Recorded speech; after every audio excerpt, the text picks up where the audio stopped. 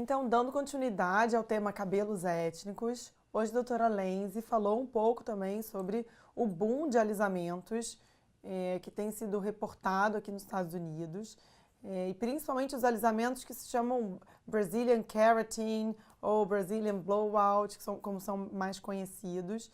Então, existe um mercado forte desses alisamentos brasileiros, que na verdade envolvem substâncias que são ou formaldeído, ou mais recentemente, substâncias que são geradas através do aquecimento, então liberam formol através do aquecimento, e esse formol teria a capacidade de fazer o efeito alisante temporário nos fios. Então, o mais importante é que os alisamentos à base de formol e dos seus derivados não têm estudos que comprovem a segurança do seu uso para tal fim.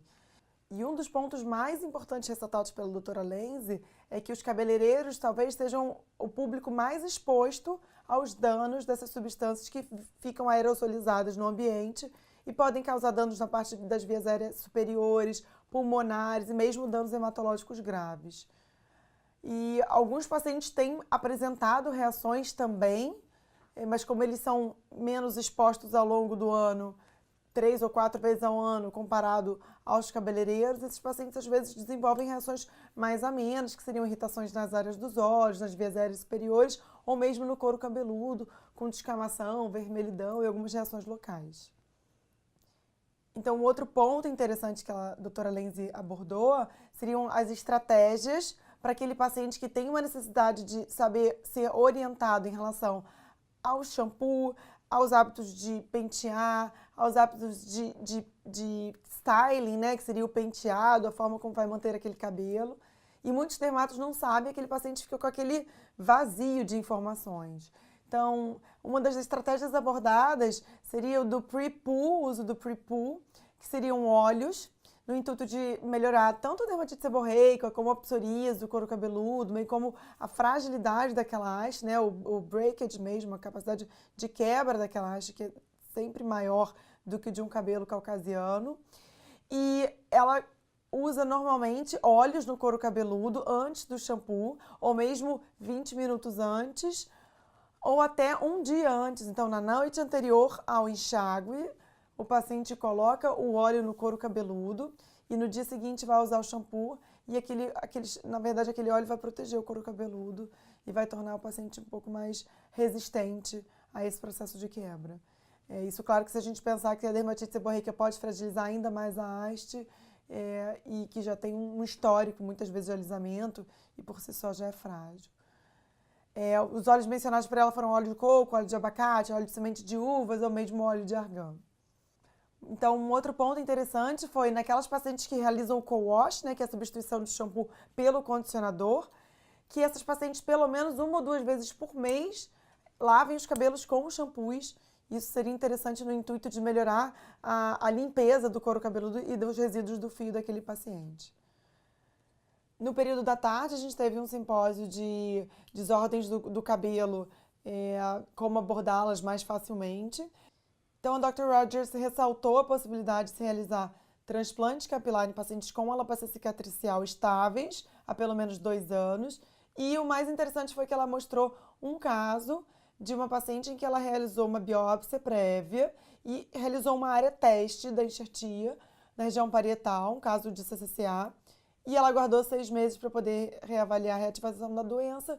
Como não teve reativação da doença, ela realizou o transplante bem sucedido. E foi bem interessante esse caso, bem bonito. Os outros pontos que ela ressaltou foram nunca transplantar a alopecia areata, as alopecias cicatriciais em atividade, a foliculite decalvante e a abscedante. E o outro ponto interessante é que houve uma mudança na nomenclatura, que antes a técnica FUI significava Follicular Unit Extraction, só que a extração, na verdade, é um ato intraoperatório, então esse nome mudou para Follicular Unit Excision, que é mais preciso em relação ao tipo de excisão realizada. Na sequência, a doutora Piliang falou sobre algumas dicas de avaliação do paciente com alopecias cicatriciais. O primeiro ponto abordado foi a alopecia fibrosante frontal, e ela mencionou um estudo da Dr. Bergfeld, que usa lâmpada de Wood para observar a hipopigmentação que esses pacientes apresentam, principalmente na linha de implantação, mas também em todo o couro cabeludo.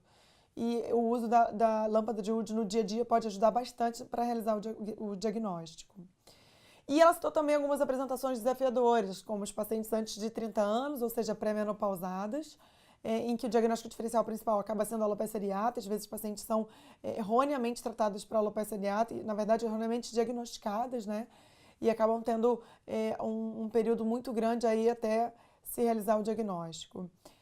Algumas pacientes com apresentações incomuns, como o pseudocinal da franja, que já foi publicado pelo nosso grupo. O exame da região retroauricular pode ajudar muito, bem como a linha de implantação posterior, que também podem ser acometidos, sem mesmo que a linha de implantação anterior esteja acometida. E examinar sempre a linha de implantação toda do couro cabeludo é fundamental nesses pacientes.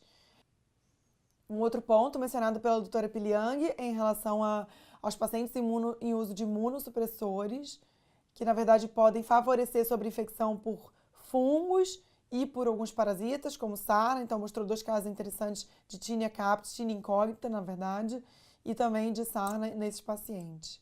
Então lembrando que a gente precisa eventualmente pedir esses exames micológico ou própria biópsia para poder diagnosticar esses pacientes que não melhoram mesmo com tratamento imunossupressivo. E lembrando ainda que uma das queixas principais dos pacientes com fibrosante frontal é a queixa de pele envelhecida. Então, o paciente chega falando que a pele está com um aspecto diferente e a gente precisa lembrar que as pápulas faciais, que são muito comuns nessa doença, acompanhando a doença do couro cabeludo, elas tornam o paciente com um aspecto mais envelhecido. Isso se deve principalmente ao dano de fibras elásticas, como já foi recentemente mostrado na literatura, mas também a discromia que está presente muitas vezes na face dessas pacientes. Em relação ao tratamento das alopécias cicatriciais, o Dr. Elson ressaltou ainda o uso de prednisona por até 6 semanas depois de transplante capilar em pacientes com alopécias cicatriciais, o que poderia minimizar ou evitar a recidiva da doença pós-transplante. E além disso, citou que em relação ao lúpus discoide do couro cabeludo, as novas drogas anticélulas B, como o belimumab, pode melhorar a doença sistêmica, mas pode piorar a doença cutânea. Existem alguns relatos na literatura de melhora da doença cutânea com essa substância, porém, na experiência dele, em alguns casos, houve uma piora da doença cutânea em paralelo à melhora da doença sistêmica. Ele também ressaltou que o uso do corticoide tópico nos pacientes com lúpus discoide tem que ser limitado, principalmente porque é uma doença que naturalmente faz uma atrofia do couro cabeludo, então ele restringe ao uso 2 vezes na semana, nos finais de semana, e nos dias de semana usa apenas o tacrolimus em pomada nas lesões. Além disso, ele referiu que o Excimer laser, que é muito usado no líquido plano pilar, nessa doença pode reativar a doença, então que a gente evite o uso do Excimer laser nessa doença. E além disso, da mesma forma que a doutora Piliang já tinha mencionado, ele refere que as lesões descamativas do couro cabeludo associadas ao lúpus discoide devem ser também levadas para a cultura, e a gente tem que lembrar de Tinea incógnita nesses casos. Em relação à alopecia central centrífuga cicatricial, o Dr. Elston mencionou que muitas vezes o uso do sulfato de zinco para minimizar a dermatite seborreica que essas pacientes às vezes têm, por serem afrodescendentes, deve ser limitado o seu uso a uma dose diária de 200 mg dia por no máximo 3 meses, por conta da inibição competitiva pela absorção do cobre, o que pode levar muitas vezes até a morte de alguns pacientes. Ele referiu que isso tem sido relatado na literatura.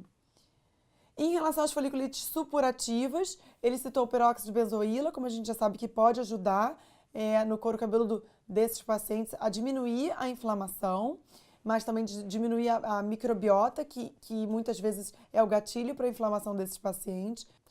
E o que é interessante é que ele recomendou o uso do peróxido de benzoíla em curto contato, ou seja, 20 minutos antes do banho, o paciente bota o peróxido de benzoíla foam, né, que ele tem aqui nos Estados Unidos disponível, deixa esse peróxido de benzoíla foam no couro cabeludo e depois de 20 minutos enxágua. Diferente do creme que a gente costuma fazer para o paciente passar a noite toda com ele no couro cabeludo e enxaguar pela manhã. Então seria mais rápido e mais fácil muitas vezes com peróxido de benzoíla 10%. Nessa mesma sessão, a doutora Antonella Tosti mencionou algumas dicas para o diagnóstico das alopécias não cicatriciais pela tricoscopia. E o que eu achei bem interessante foram algumas dicas que a gente não encontra normalmente nos livros. Ela citou, por exemplo, que a tricotilomania, muitas vezes o diagnóstico clínico é a principal arma que a gente tem, como a tricotilomania tem uma dermatoscopia muito parecida com a da alopecia areata, nesses casos a dermatoscopia pode atrapalhar o diagnóstico, então a gente tem que ir mais pela clínica do que por esse exame. E também ela mencionou que no eflúvio anágeno, pós-quimioterapia e radioterapia, as alterações que a gente encontra do tipo cabelos em chama, né, que são os flame hairs, elas podem persistir mesmo muitos meses após a parada desse tratamento. Então é interessante porque a gente não encontra muita essa informação nos livros, existe algum dano permanente em alguns folículos, e isso pode aparecer mesmo no longo prazo. Em relação à alopecia areata, o que ela mais mencionou é que a gente deve sempre examinar todo o couro cabeludo do paciente, não esquecer que aquele paciente pode ter uma doença mais difusa e a gente pode fazer o diagnóstico precoce da extensão, examinando as áreas mesmo sem placas de alopecia.